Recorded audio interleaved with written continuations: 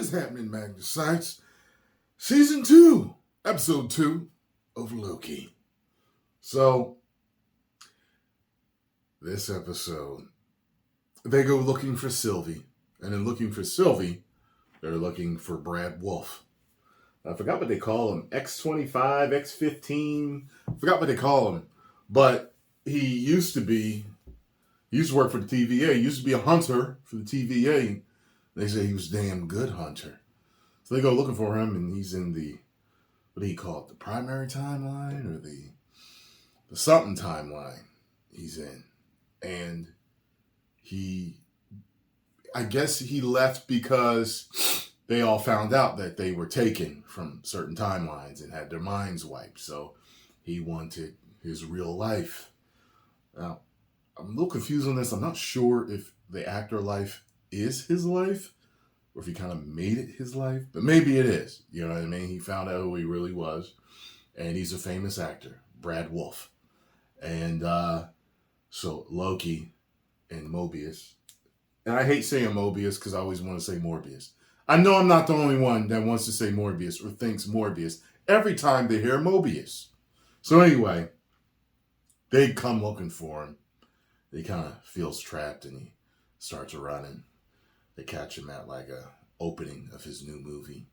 And they finally get him. And the whole time that they're chasing him, I'm kind of like, oh, he's a god. Shouldn't he just be a regular human right now?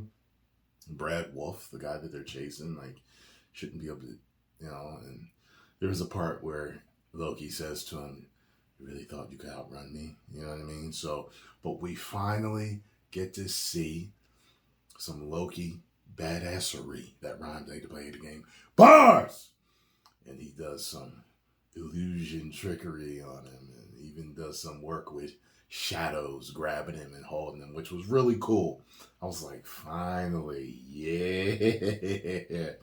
So, he was using, I think, a particular device because he was disappearing on it. It was like jumping from here to there or whatever. So I think they brought that to Data. I keep forgetting his name. And he's working on everything to fix all the timelines. And he asked them, he was like, is this more important than fixing all of existence or whatever? And they're like, no. Hey, work on this later. Hey, fix this or whatever. So they have to interrogate Brad Wolf. And, they're trying to find out where Sylvie is. And he gets in both of their heads mentally. He gets in Mobius's head about him having a life. Don't you wonder who you were? And he gets on Loki about all the horrible things he does, what a piece of trash person he is, and how he's responsible for his mom's death and all this other stuff. It's just, man, you know what I mean? So, but he didn't really break them, but he got under their skin. So, Loki ends up, they both leave the room and come back, and they get him with this interrogation thing. They play good cop, bad cop, and they put him in this thing where they're like, put him in a cube. They put him in the cube, and they're like crunching it, and they finally get him to tell them where Sylvie is, but they take them with them to find her at that damn McDonald's where she's working. She's got her own life now, and but he's sketchy and stuff. He wants to leave, and apparently the chick that was in charge or whatever from the TVA, the older white lady that they had last episode, she's all like pruning all these timelines. So they beam in trying to stop that. And this episode confused me a little bit. It did with the, it has a esoteric thing. It has certain esoteric themes to it. And, with all this time jumping in different universes and different realities, I probably should have went back and watched the first season and then jumped on this. So help me with anything that I'm not getting. But they also can't get into that room that Loki was blown out of with all the timelines in it. to fix it.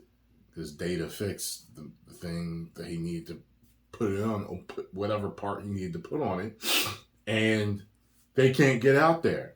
So he who remains, it's like linked to his aura or whatever. So since he's dead, they can't open it. For some reason they can't open it anymore. And I don't know. Loki had talked to Sylvie about seeing her in the future, and why, wondering why she's at the TVA. Like it's just complete chaos. So I'm a little confused. Help me out if you can in the comments, but I still enjoyed this episode. I would give it a 3.5 out of 5 woos for this episode. First episode was like 4.5, in between a 4 and a 5. I forgot what I gave it, but I absolutely loved the first one because it really just got me. It pulled me in, intrigued me. So I'm still on board, and things are still going well. I just want to see some Jonathan Majors. Post comments down below. Let me know what y'all thought. If you enjoyed my review of this, make sure you hit the like button, subscribe, sneeze, and share.